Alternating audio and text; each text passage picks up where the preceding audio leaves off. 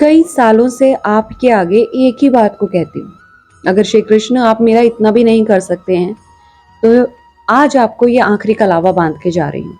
और इसके बाद ना मैं आपके पास आऊंगी और ना आप पे कोई भी अब विश्वास करेगा।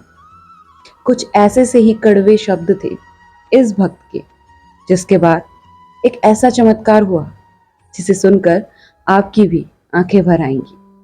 नमस्कार, राधे राधे। मैं ममता चौहान आज की ये सत्य घटना महाराष्ट्र से लेकर आई हूँ। वो परिवार पहले महाराष्ट्र में रहा करता था और अब बनारस में रहता है। परिवार बहुत ही साधारण मध्यम वर्गीय परिवार, जिसकी समस्या कुछ और थी, मगर समाधान क्या होना था ये तो बस श्री कृष्ण ही जानते थे। उनके घर में 3 बच्चे थे। अब ये किसके घर की बात हो रही है? नाम लेने में थोड़ा हिचकिचाहट मुझे भी होगी और आप खुद ही समझ जाएंगे कहानी के अंत तक कि मैं किसकी बात कर रही हूँ। अब होता यूं है कि एक बच्ची होती है एक परिवार में, जिसके 2 भाई बहन और होते हैं, कुल मिलाकर 3 भाई बहन।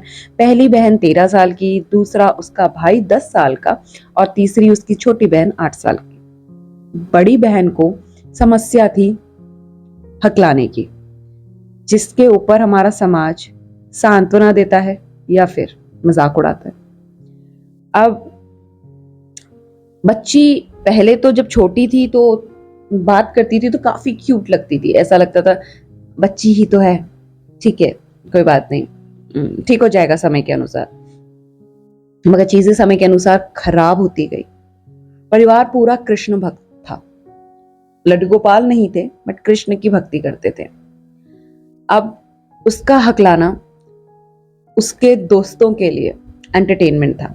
उसके दोस्त थे जो उसे अपने ग्रुप में रखते थे ताकि जब चाहे उसके साथ हटकेलियां करें, ठहाके लगा के उसके ऊपर हंसे। अब होता एक बार यूं है कि उसे अपने स्कूल में सिंगिंग कंपटीशन में पार्टिसिपेट करना था और वो पार्टिसिपेट करती भी है, लेकिन माफ करना मैं थोड़ा करके बता रही हूँ, मगर जो इंसान बोल तक ढंग से नहीं सकता वो गाएगा क्या? मगर बच्चे का अपने पे आत्मविश्वास था। लेकिन ऐसा हर बार कहाँ होता है कि दुनिया समाज उस आत्मविश्वास को टिकने दे। वो बच्ची अपने घर आई रोती हुई, अपना बैग फेंका और अंदर कमरे में चली गई। पीछे से बहन भी आ रही थी और कहा कि पापा आप इसका एडमिशन किसी और स्कूल में करा दो या मुझे किसी और स्कूल में डाल दो। इसकी वजह से मुझे रोज सुनना पड़ता है अपने दोस्तों से कि तेरी बहन ऐसी, तेरी बहन वैसी। मैं इसके साथ कल से स्कूल नहीं जाऊंगी, मुझे मत कहना। पिताजी ने पहली बेटी की तो दशा देख ही ली थी। दूसरी वाली से पूछा क्या हुआ है, ये रोती भी क्यों आ रही है? ये बोल तो ढंग से सकती नहीं है। सिंगिंग कंपटीशन में कौन बोल रहा है इसे पार्टिसिपेट करने के लिए? अच्छा, बेटी के पास कमरे में गए। बेटी बहुत रो रही थी। कहा बच्चे कोई बात नहीं, क्या फर्क पड़ता है अगर हम सिंगिंग नहीं कर पाएंगे तो हम कुछ और काम करेंगे, इससे भी बड़ा काम। मैं आपको बता दूं कि माता पिता एकमात्र दुनिया में ऐसे हैं जो केवल आपके लिए सोचेंगे और उन्हें बदले में कुछ नहीं चाहिए। बहुत महान शब्द लग रहे होंगे, मगर जो लोग करते हैं ना, ये जिन लोगों के पास अब वो नहीं, वही उसका आभास कर सकते हैं। तो तभी उस 13 साल की बच्ची की सबसे बड़ी ढाल उसकी माँ, जो कृष्ण के मंदिर गई हुई थी, वापस आई। घर में थोड़ा सा तनाव का माहौल देखकर उसने अपनी बेटी से ही पूछा, बच्चे क्या हुआ? सब मजाक। अच्छा, यहां समझ गई कि सब आज उसका मजाक उड़ा रहे थे। क्यों? पूछा। माँ में सबसे ज्यादा संयम होता है, मैं कहूं। उस औरत ने संयम से अपनी बेटी की बात सुनी और यहाँ उसका मोटिव मजाक उड़ाना भी नहीं था। तो बेटी ने बताई सब कुछ। तो उसने कहा अरे इतनी सी बात, कल मैं तुझे लेके चलूंगी स्कूल। तेरे स्कूल का मैसेज मेरे व्हाट्सएप पे आ रखा है, तेरी मैम ने तुझे भी बुलाया है बच्चे, मैं तुझे लेके चलूंगी और हम देखेंगे कि कौन सिंगिंग तुझे नहीं करने देता। तो ये सुनकर उसने कहा माँ मैसेज आया है? तो उसने कहा हाँ मैसेज आया है बच्चे। तो भाई बोल पड़ा जैसे जले में नमक छिड़क रहा हो कि बोल दो कि किसी गाड़ी के आगे आके मर गई है, फालतू में बस में जाएगी, मेरा भी मजाक उड़ेगा और पूरे स्कूल में हम लोग मुंह दिखाने लायक नहीं रहेंगे। तो माँ ने कहा अभी भी कौन सा तू मुंह दिखाने लायक है, बस तुझे लगता है कि तू सबसे बड़ा डॉन है। जब ऐसा सुना तो थोड़ा साइड हो लिया। माँ ने कहा तू किसी बात की चिंता मत कर मेरे शेर बच्चे, हाँ आज मैं तेरा फेवरेट नूडल्स बनाती हूँ। ऐसे कह के माँ किचन में चली गई। थोड़ा सा हौसला बंधा। अगले दिन माँ उसे स्कूल लेकर गई। सिंगिंग करने के लिए जैसे ही वो स्टेज पे खड़ी हुई, हकलाना शुरू कर दिया। गले में सरस्वती बैठी थी, मगर हकलाने की वजह से शब्द लय के बाहर हो रहे थे, जिसको देखकर स्कूल का प्रिंसिपल, टीचर, सारे बच्चे हंसने लगे। माँ को बहुत गुस्सा आया और उसने एक एक को हड़काया। कहा आप लोगों ने मेरे बच्चे का यहाँ मखौल बनाने के लिए बुलाया है? क्या शिक्षा देंगे आप बच्चों को जब आपके अंदर खुद ही संस्कारों की कमी है? जाइए किसी स्कूल में दाखिला ले लीजिए और वहां से संस्कार सीख के आइए आप सब पहले। कोई कुछ ना कह सका, सबकी गर्दन नीचे हो गई। मगर माँ के दिल को आज गहरी चोट लगी थी, जैसे वो भी बैठा जा रहा हो कि अब कुछ नहीं हो सकता। लेकिन फिर भी माँ ने अपनी बेटी को ढांढस बंधाया और दोनों के दोनों घर को जाने लगे। रास्ते में वही कृष्ण का मंदिर पड़ता था, उसमें गए और पूछा कान्हा, हर बार तुझे इसने अपना भाई माना, हर बार मैंने तुझे श्रद्धा से पूजा और आज ये तमाशा देख रही हूं मैं। बस इतनी सी थी मेरी भक्ति, इससे अच्छा तो वो लोग हैं ना जो खाते हैं, पीते हैं, मजे करते हैं, कोई भगवान का नाम नहीं लेना, कोई गलत सही की पहचान नहीं करनी। नहीं, आज से तेरे साथ मेरे हर रिश्ते को मैं खत्म करती हूँ। गुस्से में बात कर रही थी, साथ में पंडित जी खड़े थे। आए और पूछा क्या हुआ बताइए। कहते देखिए ना पंडित जी, ये कितना हकलाती है और इसको देखकर दिन प्रतिदिन इसकी समस्या बढ़ती जा रही है।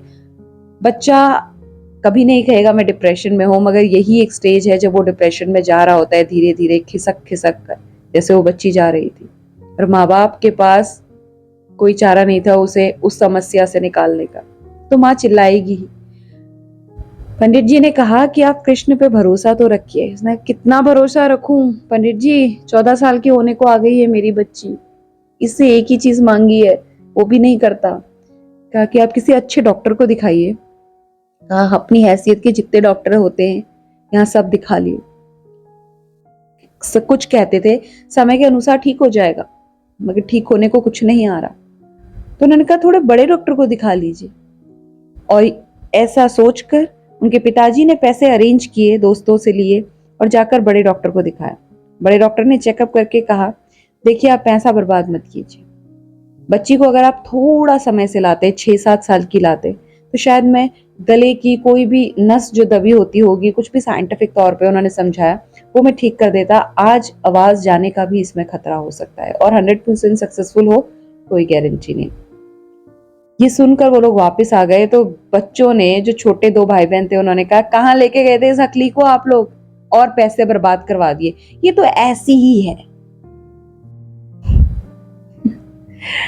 घर में ही प्रोत्साहन नहीं मिलता तो इंसान फिर कहाँ जाए। अपने ही दुश्मन बन जाते हैं। अब यहाँ तो ये बच्चे ही थे, मगर बड़ों का भी आज की डेट में ज्यादा अच्छा हाल नहीं है। हाँ, अब ट्रैक से भटक रही हूँ, जाती हूँ वापस।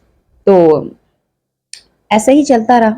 उसके पिताजी ने कहा बेटा तू सिंगिंग विंगिंग छोड़, पढ़ाई लिखाई कर, IAS ऑफिसर बन, बड़ा आदमी बन के दिखा, सबकी बोलती बंद कर दे। ठीक है जी।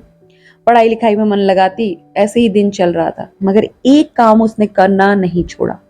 वो छुपके से जाया करती थी कृष्ण के मंदिर और कान्हा से रोज कहती मुझे ठीक कर दो। बस एक कहना उसने नित्य कर्म से। 13 साल से 17 साल की हुई, कॉलेज गई, 20 साल की हुई, 21 साल की हुई, अब 22 साल की होने जा रही थी। रिश्ते आते, रूप सौंदर्य सब कुछ अच्छा, लेकिन हकलाना देखकर वो अपने साथ न ले जाते।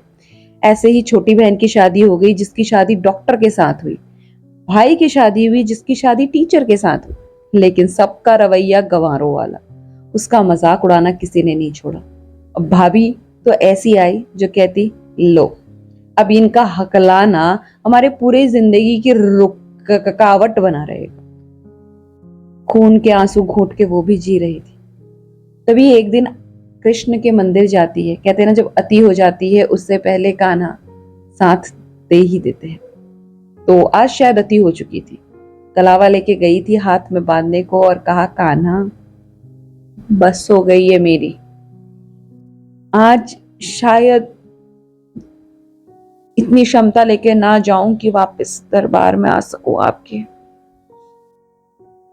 और क्या मांगा मैंने आपसे जीवन भर, बस मुझे ठीक कर दो। लेकिन नहीं, न जाने कहाँ गलती है मेरी कि मैंने ऐसे जन्म लिया। और जब उसने ये सब कहा ना तो एक बार भी नहीं हकलाई। और ये सुनकर पंडित जी पीछे से आए और कहा, जो थोड़े से बुजुर्ग हो गए थे, बेटी ऑपरेशन हो गया तुम्हारा? तो उसने पंडित जी की तरफ कहा, देखा और कहा, पंडित जी आप कहाँ चले गए थे? ने कहा, अरे बेटी बेटा था, थोड़ी उसकी बहू बीमार थी तो हम लोग वहां चले गए थे। साल कैसे बीतता है पता नहीं लगा, लेकिन हम अब वापिस अपने घर आ गए, अपनी बहू को भी अपने साथ यहीं अपने गांव ले आए हैं। तुम बताओ तुम्हारा इलाज हुआ? ने कहा, नहीं कोई इलाज नहीं हुआ। कहते फिर? तो फिर क्या पंडित जी, चल रहा है जैसे चल रहा है, सब मजाक उड़ाते हैं, अब सहने की क्षमता शायद आ गई है या फिर आदत पड़ गई है। तो उन्होंने कहा, नहीं अब तो तुम हकला ही नहीं रही हो। ये सुनकर उसका ध्यान आया कि हाँ अब तो मैं हकला ही नहीं रही हूँ। और ये सुनकर वो बहुत ज्यादा खुश हुई। उसने बहुत कुछ बोल के देखा जिसके बीच में वो एक बार भी नहीं हकलाई। पंडित जी ने कहा, एक बार भजन तो सुना दो इस कन्हैया के जिसको तुम उस दिन इतना कोस रही थी। वो क्या जाने कि कितने साल तक उसने और क्या क्या सहा, लेकिन फिर भी उसने सब भुलाकर गाना शुरू किया। जैसे गले में सरस्वती वासी करती थी, वो गाती गई। लोग इकट्ठे होने लगे। जब लोग इकट्ठे होने लगे तो किसी ने उसके घर जाकर भी इत्तेहार किया कि आपकी बेटी को आपकी बेटी मंदिर गई थी और लोग वहां पर इकट्ठा हो रहे हैं। तो माँ के तो जैसे कलेजे पर हाथ पर कलेजा आ गया और हर बार उसे अपने इसी बच्चे की चिंता लगी रहती थी। उसने कहा, आज सब छिन गया मेरा। भागती भागती रोती रोती गई, पिताजी भी गए तो देखा वो गा रही है बिना किसी हकलाहट के। माँ के पैरों तले जमीन खिसक गई और सातवें आसमान पे वो औरत पहुंच गई। उसने कान्हा से माफी मांगी कि कान्हा, मैंने तुझे गलत समझा। वही होता है, संयम रखने की आवश्यकता होती है। वह इंसान आज की रेट में इतनी तीव्रता में है कि सब है उसके पास संयम को छोड़कर। चलिए आगे फिर उसके बाद जैसे उसका गायन लोगों को पसंद आया, लोगों ने उसे अपने घर कॉन्सर्ट्स पे बुलाना शुरू किया। वो प्राइवेट कॉन्सर्ट्स में जाने लगी। ऐसे उसके गाने को सुनकर एक बड़े डायरेक्टर ने उसे किसी फिल्म के लिए ब्रेक दिया और आज वो कई टीवी सीरियल्स में जज रूप में आती हैं। शादी अभी तक उनकी नहीं हुई है। अब वो अपने माँ बाप के साथ बहुत खुश है, अपने माँ बाप के साथ अच्छे से जी रही हैं, समय निकाल रही हैं और अब जीवन से कोई और आशा नहीं। लड्डू गोपाल श्री कृष्ण की भक्ति में मग्न है। तो श्री कृष्ण अपने ऐसे ही हैं, जब कृपा करने पे आते हैं तो फिर हाथ फैला के कितना दे जाएं उसकी कोई सीमा नहीं। आज का ये सत्य प्रसंग यहीं तक। आशा करती हूँ आपके दिलों के तारों को छुआ होगा। मैं कहानियों में मक्खन नहीं लगाती क्योंकि मुझे ऐसा लगता है जितनी दिल से निकले उतनी अच्छी। और मिर्च मसाला लगा के कहानी कहीं की कहीं पहुंच जाए उससे क्या ही फर्क पड़ता है। जो लोग कृष्ण की भक्ति में होते हैं वो जानते हैं कि उनके कान्हा जितने सरल उतने ही जटिल, बस भावनाओं की बात होती है। आज की सत्य घटना यहीं तक। अगर पसंद आई तो लाइक, कमेंट एंड सब्सक्राइब कीजिए, शेयर कीजिए अपनों के साथ। उन्हें बताइए कि अगर आप किसी समस्या में है ना तो वो ऊपर वाला देख रहा है, एक ना एक दिन समस्याओं को जरूर दूर करेगा। ऐसा नहीं मेरे जीवन में समस्या नहीं, मगर अब उस पर विश्वास के अलावा और इंसान कर भी क्या सकता है। जल्द लौटूंगी एक अच्छे से सत्य प्रसंग के साथ। तब तक अपना अपने परिवार का ख्याल रखिए, श्री कृष्ण की भक्ति में रमे रहिए और कमेंट में लिखते जाइएगा, श्री कृष्णा, राधे राधे, हरि गोपाल हरिदास।